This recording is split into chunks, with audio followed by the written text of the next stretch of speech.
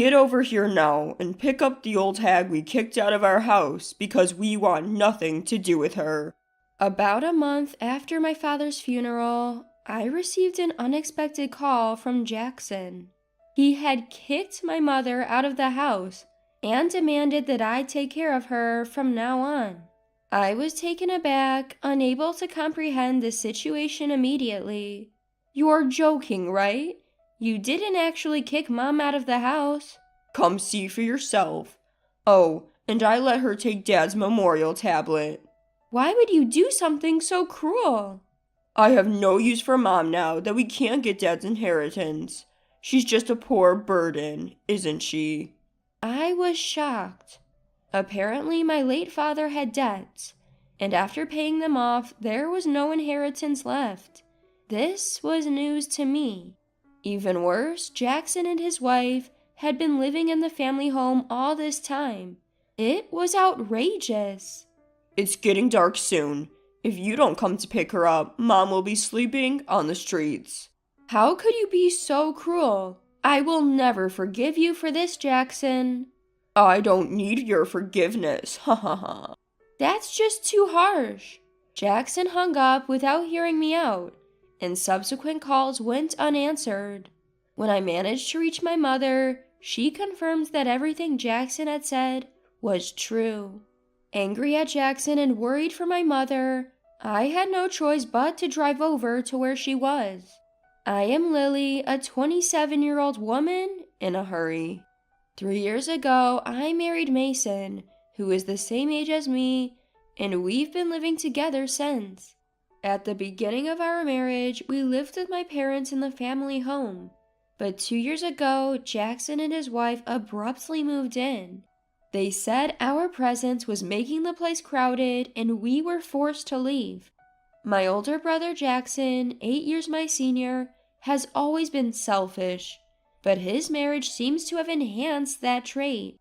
Our family home, where I was born and raised, is a spacious mansion, inherited from my grandfather with extensive land. There should be no discomfort in living together. I was not satisfied with the situation and urged with Jackson, but my husband, who hates conflicts, urged us to leave. Around that time, my father was diagnosed with cirrhosis of the liver, which had already significantly worsened. I wanted to spend his last moments with him, but that didn't happen. The disease rapidly consumed my father, and he passed away a month ago. My heart ached knowing that my mother must be in much more pain than I was. To have my own brother treat us this way, amidst all the fresh sorrow, it was pitiful. What would happen next was truly a shock. An hour later, when we arrived at our family home, my mom was sitting desolate on a suitcase in the garden. The front door was locked. Jackson, she said, had taken her keys. Using my set of keys, I unlocked the door and walked in with my mom.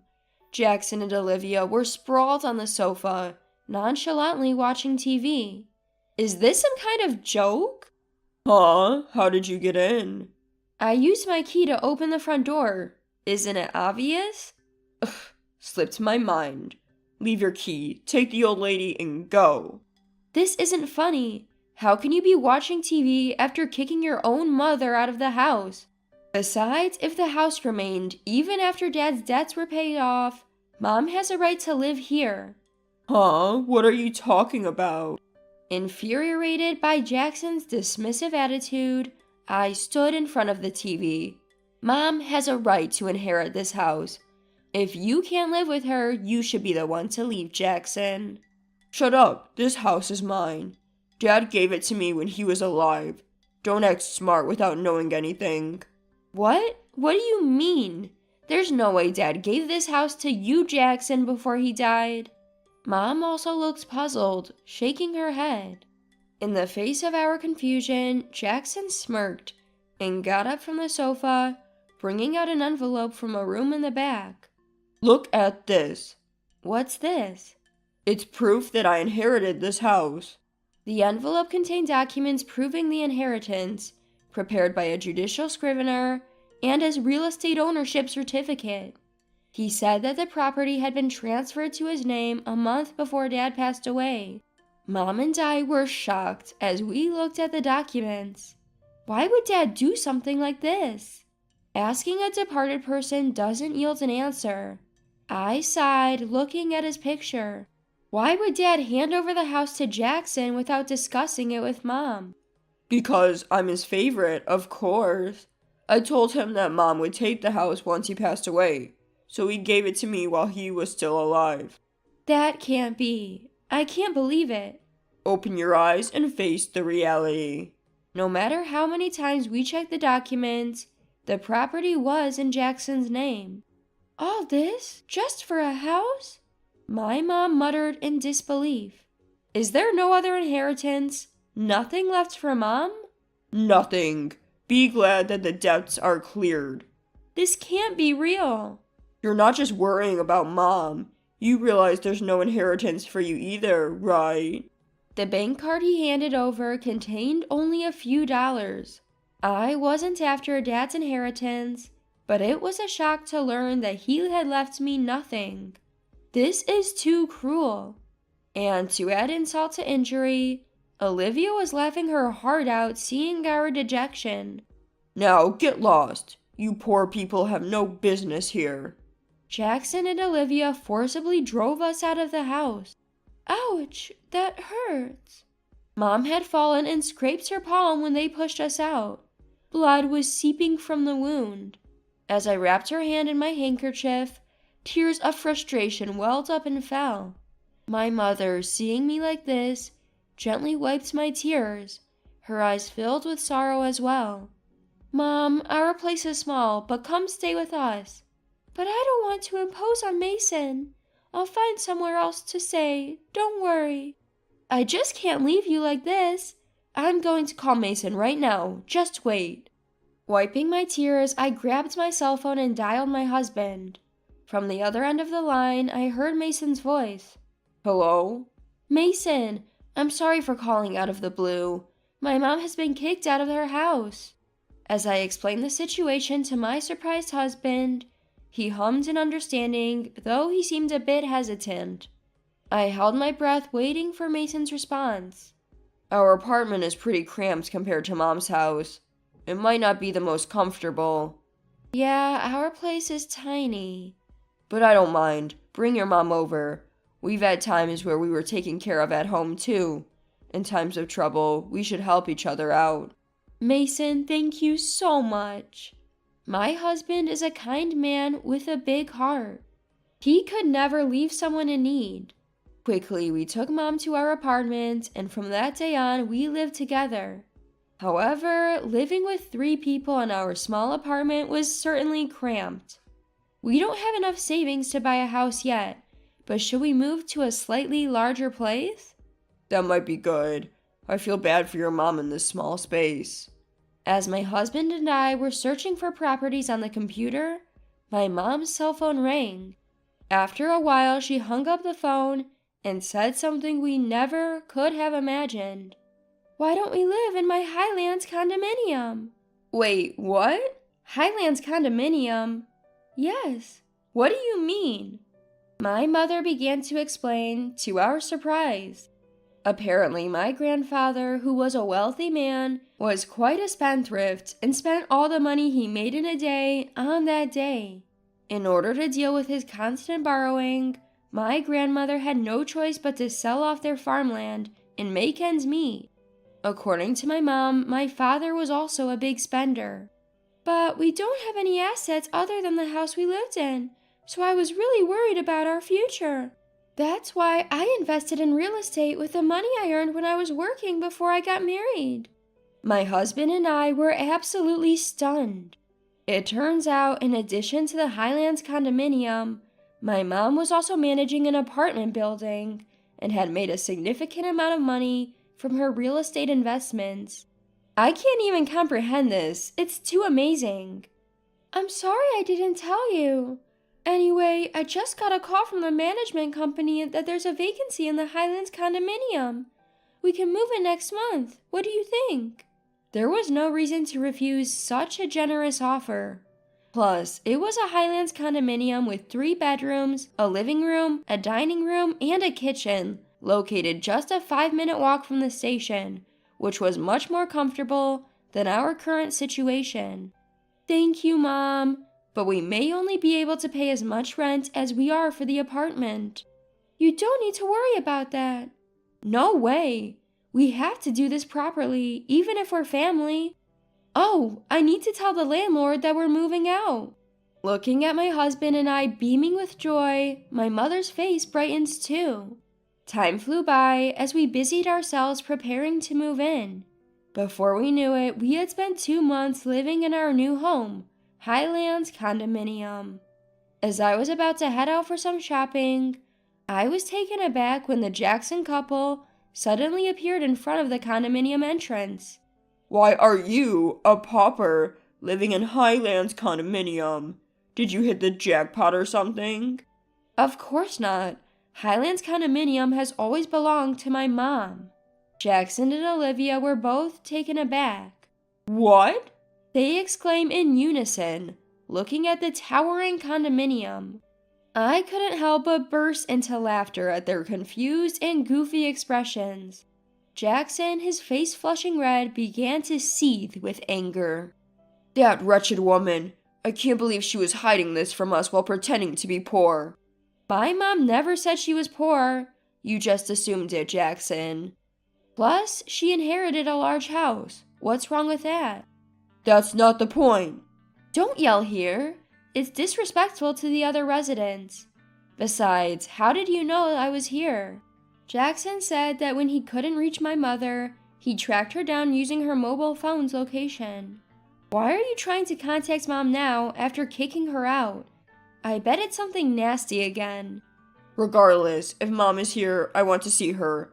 Let me in, now. You must be joking. If you hurt Mom again, I couldn't bear it. If you have something to say, you can tell me. But they kept insisting on seeing my mother, without revealing why. The Jackson couple seemed rather flustered. Weren't you living comfortably in your huge family house, just the 2 of you? It's none of your business. Fine, if you don't want to tell me, that's okay. I have to go now. Bye. As I tried to walk past the Jackson couple, Jackson suddenly grabbed my arm tightly. Ouch, let me go. Just call Mom. Absolutely not. I'll call the police. But Jackson just scoffed at me, as if looking down on me. There's no way the police would come for a simple family argument. Even if they did, there's no way you could sue me for just grabbing your arm. I suppose you're right. It was true. Calling the police over something so minor might not only be futile, but also disruptive to others. I felt bad and ended up not saying anything. Fine, I'll tell my mom, but only if you tell me why you're here. The utility bills for that house are ridiculous. Just for the AC, the electric bill is $500. This is no joke. Their old, traditional-style house had more than 8 rooms, so it was no surprise that utility costs were high. But even so, a $500 electricity bill seemed a little steep. It was a particularly hot summer, so they probably overused the AC. I thought you would have known that from the start. How would we have known? Mom used to pay the bills. Jackson scratched his head frantically as Olivia fumed. There's no way we would have known. Do you know the property tax for that house is $5,000 a year? What? I can't believe you didn't know.